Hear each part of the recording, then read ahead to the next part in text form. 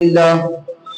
الحمد لله كفى وسلام على عباده الذين اصطفى أما بعد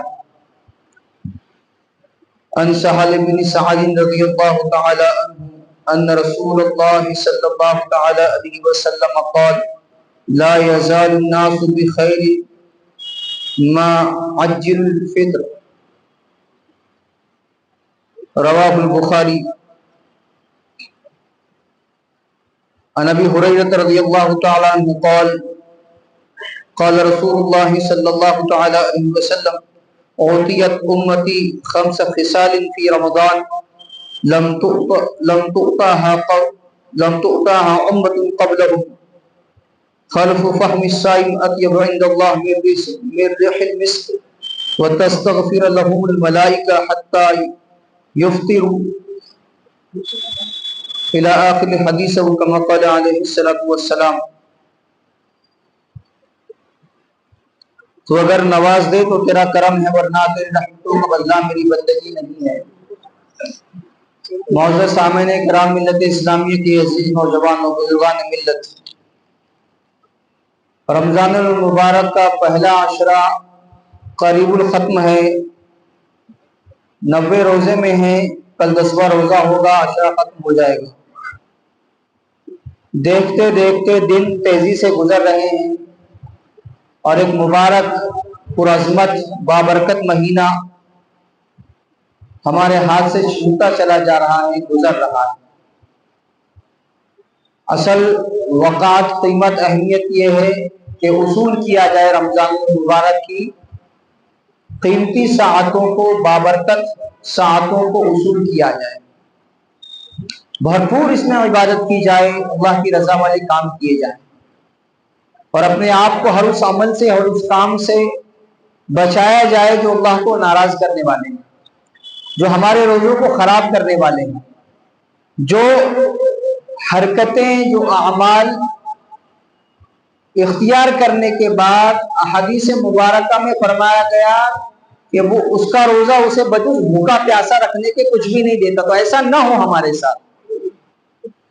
کہ ہمارا روزہ ہمیں صرف بھوک پیاس سے گزر رہا ہو، کہ ہم بھوکے اور پیاسے گزر رہے ہیں اور کوئی ثواب نہیں، کوئی اجر نہیں۔ ایسا ہمارا روزہ نہیں ہونا چاہیے۔ تو جو برائیاں بتائی گئی، جو منہیات بتلائے گئے، اس سے اپنے روزے کو بچانا ہے، اپنے آپ کو بچانا ہے، اور جو نیک اعمال کی ترغیب احادیث مبارکہ میں خصوصاً رمضان المبارک کے مہینے میں دی گئی ہے، ان اعمال کو کرنا ہے۔ ہم روزے سے ہیں، اس روزے کے ساتھ اللہ تبارک و تعالیٰ نے ہم پر کیا کیا انعامات کیے ہیں، اس کی ایک جھلک حدیث مبارکہ میں بتلائی گئی۔ سیدنا ابو ہریرہ رضی اللہ تعالیٰ عنہ راوی ہیں، روایت فرماتے ہیں کہ اللہ کے نبی صلی اللہ تعالی علیہ وسلم نے ارشاد فرمایا کہ رمضان المبارک میں میری امت کو 5 خصوصیتیں عطا کی گئی، خاص طور پر 5 چیزیں عطا کی گئی جو پچھلی امتوں کو عطا نہیں ملی تھی۔ سب سے پہلی چیز بتایا کہ ان کے معدے کے خالی ہونے کی وجہ سے جو بو پیدا ہوتی ہے، وہ بو اللہ تبارک و تعالیٰ کے نزدیک مشک سے زیادہ پسندیدہ ہے، دماغ پرور ہے، محبوب۔ اللہ تبارک و تعالیٰ اپنے بندے کو اتنا زیادہ عزیز اور محبوب رکھ رہے ہیں روزے کی حالت میں کہ اس کے منہ سے نکلنے والی بو بھی مشک سے زیادہ قیمتی بتلائی جا رہی ہے۔ اور دوسری چیز فرمایا، ملائکہ ان کے روزے کی افطاری کرنے تک ان کے لیے دعا کرتے رہتے ہیں، مغفرت کی دعا کرتے رہتے ہیں۔ اتنی اہمیت ہو گئی روزے دار کی کہ فرشتے کام پہ لگ گئے، ان کے لیے دعا میں لگ گئے۔ اور جنت روزانہ آراستہ کی جاتی ہے، سجائی جاتی ہے، اور یہ ارشاد ہوتا ہے کہ عنقریب میرے نیک بندے اپنے اوپر سے مصیبتوں کو ہٹا کر تیری طرف آوے۔ سرکش شیاطین اس میں قید کر لیے جاتے ہیں کہ جن کے اختلاط کی وجہ سے عام دنوں میں جو نیک اعمال بندہ نہیں کر پاتا، وہ رمضان مبارک میں بہت آسانی کے ساتھ کر لیتا ہے۔ اور پھر فرمایا کہ ان کے لیے مغفرت، ہر رات میں مغفرت ہوتی ہے، اور پھر شب قدر کی بابت صحابہ کرام نے پوچھا کہ یہ جو عام مغفرت ہے لیلۃ القدر کی بابت ہے، تو فرمایا نہیں، مزدور کو اس کی مزدوری جب اس کا کام ختم ہو جاتا ہے تو دی جاتی ہے، تو یہ آخر تک چلتا رہتا ہے۔ مسند احمد حدیث نمبر 7917۔ یہ انعامات ہے روزے دار کے لیے، تو ایک روزے دار کو ان انعامات کو سامنے رکھ کر اپنے روزے کو رکھنا ہے، میرا روزہ خراب نہ ہو، ان انعامات سے میں محروم نہ ہو جاؤں، کوشش کرنی ہے۔ اور یہ عین عبدیت، عین بندگی بتلائی گئی کہ سحر میں آپ کو آخر تک کھاتے رہنا ہے، آخری وقت تک سحری کھانی ہے، کہ میں بے نیاز نہیں رہ سکتا اللہ کی رزق سے، اللہ کے دیے ہوئے سے میں بے نیاز نہیں رہ سکتا، تو آخری منٹ تک وہ فارغ ہو رہا ہے، اور ہوتا ہے۔ ابھی 1 منٹ باقی ہے، 2 منٹ باقی، 1 گھونٹ پانی پی لے گا، تھوڑا سا پانی پی لے گا، یہ عین بندگی ہے۔ اور فرمایا جیسے ہی روزے افطاری کا وقت ہو گیا فوراً افطاری کرے۔ نسائی شریف کی روایت ہے، حضرت عائشہ رضی اللہ تعالیٰ عنہا بتلا رہی ہے اللہ کے نبی صلی اللہ تعالی علیہ وسلم کا عمل، کہ ان سے معلوم کیا گیا کہ ایک بندہ ایسا ہے جو آخری وقت تک سحری کرتا ہے، اور جیسے ہی افطار کا وقت ہوتا ہے فوراً افطار کر لیتا ہے۔ تو حضرت عائشہ رضی اللہ تعالیٰ عنہا نے اس پر ریمارک فرمایا کہ یہی اللہ کے نبی صلی اللہ تعالی علیہ وسلم کا طریقہ تھا۔ اور بخاری شریف کی روایت ہے، حضرت سہل بن سعد رضی اللہ تعالیٰ عنہ روایت فرماتے ہیں کہ رسول اللہ صلی اللہ تعالی علیہ وسلم نے ارشاد فرمایا، لا یزال الناس بخیر ما عجل الفطر، کہ میری امت برابر خیر کے ساتھ بندی رہے گی، وہ خیر کے ساتھ رہے گی جب تک وہ افطار میں جلدی کرے گی۔ بہت زیادہ وقت ہو گیا، آپ ایسے بھی تو بھوکے ہی ہے، پیاسے ہی ہے، اور تھوڑا وقت گزار رہا ہے، نہیں، منع کیا گیا ہے۔ کیسے وقت ہو جائے فوراً افطاری کرنے، یہ عین عبدیت ہے، اور عبدیت کا تقاضا ہے، بندگی کا تقاضا ہے، اور اس بات کا اقرار ہے، اعتراف ہے کہ ہم اللہ تبارک و تعالیٰ کی نعمتوں سے،